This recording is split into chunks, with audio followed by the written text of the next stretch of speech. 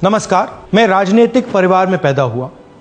जब मैं छोटा सा था 1980 में प्रियंका और मैं घर में लेई बनाते थे, रात को निकलकर पोस्टर चिपकाते थे। चुनाव समझता हूं। 20 साल से मैं स्वयं चुनाव लड़ रहा हूं।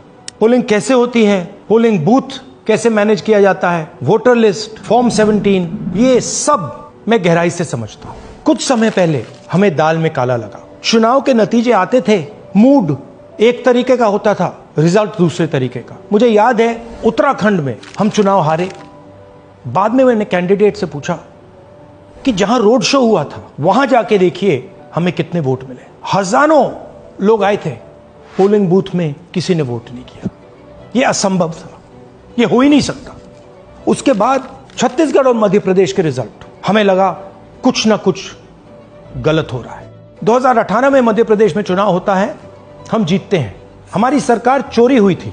2023 में चुनाव होता है, मैंने अपने आंखों से भारत जोड़ो यात्रा में देखा, भयंकर एंटी इनकम्बेंसी, और हमें 65 सीट मिलते हैं।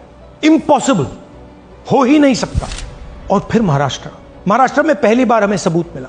विधानसभा और लोकसभा के बीच में जादू से नए वोटर आते हैं, और जहां भी इन नए वोटर्स ने वोट किया वहां वोट बीजेपी को गया। महाराष्ट्र चुनाव के बाद जब हमें डाउट हुआ, हमारे गठबंधन के सारे नेताओं ने प्रेस कॉन्फ्रेंस किए और हमने इलेक्शन कमीशन से कहा कि आप हमें वोटर लिस्ट दीजिए, वीडियो रिकॉर्डिंग दीजिए। इलेक्शन कमीशन ने मना किया। ना उन्होंने हमें वोटर लिस्ट दी और ना उन्होंने वीडियो रिकॉर्डिंग दी। डाउट हुआ, क्यों नहीं दे रहे, क्या कारण है? तो हमारे दिमाग में सवाल उठा, क्या इलेक्शन कमीशन बीजेपी की मदद कर रहा है? क्या इलेक्शन कमीशन ही इलेक्शन को चोरी करवा रहा है? इसके बाद हमने एक टीम सेटअप की और हमने उन्हें कहा कि आप जाइए, एक कंस्टिट्यूएंसी भी जाके ढूंढिए, सच्चाई ढूंढिए, किस प्रकार से चीटिंग की जा रही है, किस प्रकार से यह काम किया जा रहा है और कौन कौन इस काम को कर रहे हैं। सबसे महत्वपूर्ण बात यह है कि इलेक्शन कमीशन डिजिटल डेटा नहीं देता है, फिजिकल डेटा देता है।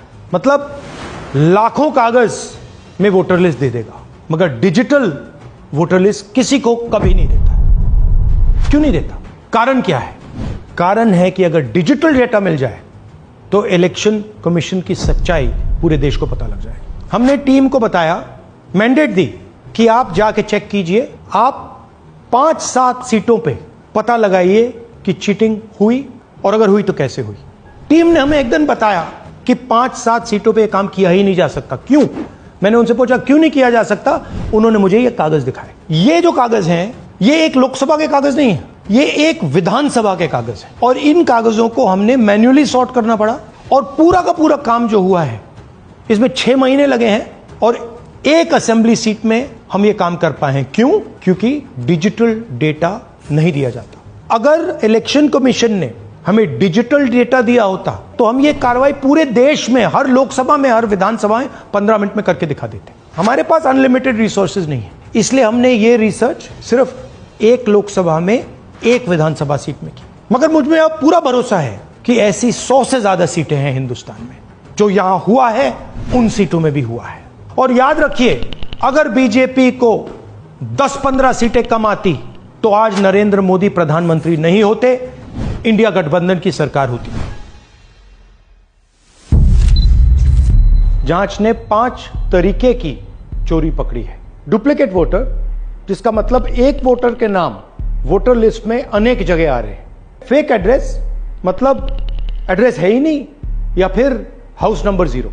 Bulk voter in single address, मतलब एक छोटे से घर में 40, 50, 60 लोग रह रहे हैं। इनवैलिड फोटोज, छोटी सी फोटो है या फिर फोटो ही नहीं है, और वो जो छोटी फोटो है वो दिखती भी नहीं है। कौन है, किसका चेहरा है, नहीं पता लग सकता।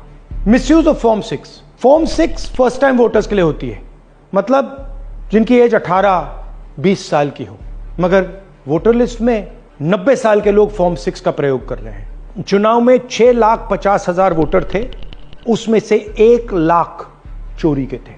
अब मैं आपको 5 उदाहरण देता हूं। यह देखिए, गुरकीरत सिंह डांग, इसका नाम 4 अलग अलग बूथों पे आता है। यह कैसे हुआ और क्यों हुआ? एक और उदाहरण, विशाल सिंह, वाराणसी में वोटर लिस्ट में नाम है और बेंगलोर में 2 बार वोटर लिस्ट में नाम आता है।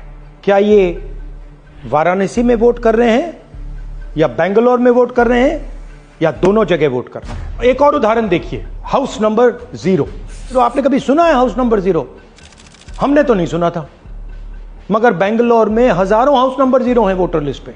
हाउस नंबर 35 की कहानी सुनिए। छोटा सा घर है, ज्यादा से ज्यादा 4 लोग रह सकते हैं, मगर इस 35 में 80 लोग वोटर लिस्ट में रजिस्टर्ड है। ये ईआरओ ने कैसे अप्रूव किया, क्यों अप्रूव किया, पता लगाना है। अच्छा, अब ये देखिए वोटर लिस्ट, इनकी फोटो देखिए, या फोटो है ही नहीं या फिर छोटी छोटी फोटो है जो दिख नहीं सकती। इन वोटर आईडीज पे वोट दिया गया है।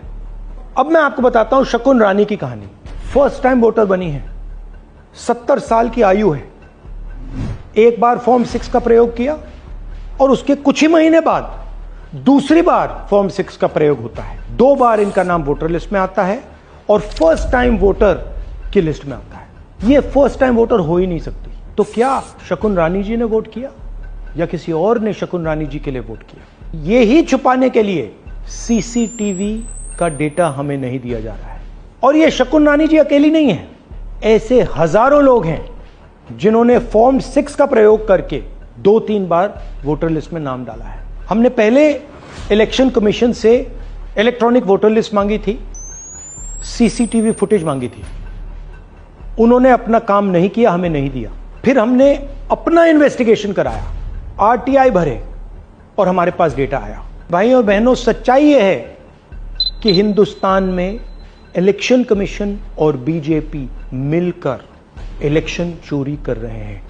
यह पूरा का पूरा सबूत ब्लैक एंड व्हाइट में आज हमने आपको दिया है। इलेक्शन कमीशन जानता है कि हमने उनकी चोरी पकड़ ली है, इसीलिए एसआईआर आया है। यह एसआईआर जो है इंस्टीट्यूशनलाइज चोरी है। इलेक्शन कमीशन खुलकर बिना डरे बीजेपी के साथ मिलकर चोरी कर रहा है। और ये जो एसआईआर है, इसका लक्ष्य गरीबों का जो हक है, उनका वोट जो है, उनसे चोरी करने का है। मैं आपको एक और बात बताना चाहता हूं। इस पूरी इन्वेस्टिगेशन में हमने वोटर एडिशन को देखा है, मगर जितना एडिशन होता है शायद उससे ज्यादा डिलीशन होता है, सबट्रैक्शन होता है। तो ये सिर्फ एक मेन तरीका हमने पकड़ा है, दूसरे तरीके पे हमने इन्वेस्टिगेशन की ही नहीं है अभी। मैं इलेक्शन कमीशन और इलेक्शन के ऑफिसर्स को साफ कह रहा हूं, आप जो कर रहे हो गलत कर रहे हो, ये ट्रीजन है, देश के खिलाफ है। ये मत भूलिए, टाइम आएगा हम आपको पकड़ेंगे, बचने वाले नहीं हो। It is critical that we expose voter चोरी।